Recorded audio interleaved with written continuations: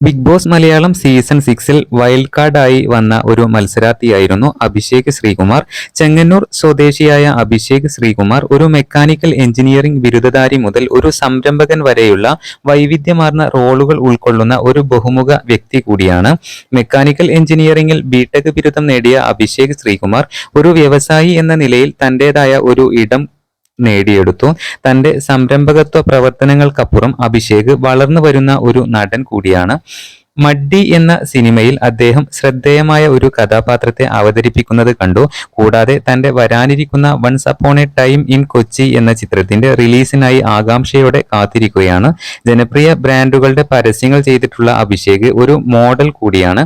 Big Boss Malayalam season 6-ലൂടെ ഒരുപാട് ആരാധകരെ സ്വന്തമാക്കാനായിട്ട് അഭിഷേക് ശ്രീകുമാറിന് സാധിച്ചിട്ടുണ്ട്. ബിഗ് ബോസിൽ വൈൽഡ് കാർഡ് എൻട്രി ആയി വന്ന പിറ്റേ ദിവസം മുതൽക്കേ അഭിഷേക് അവിടെ ഒരു സ്ഥാനം നേടിയെടുത്തിരുന്നു. അന്ന് മുതൽക്കേ ഒരുപാട് ആരാധകർ അഭിഷേകിനുണ്ടായിരുന്നു. ബിഗ് ബോസ് മലയാളം സീസൺ 6-ൽ ടോപ്പ് 5-ൽ എത്താനായിട്ട് അഭിഷേക് ശ്രീകുമാറിന് സാധിച്ചു എന്നുള്ളതാണ് സത്യം.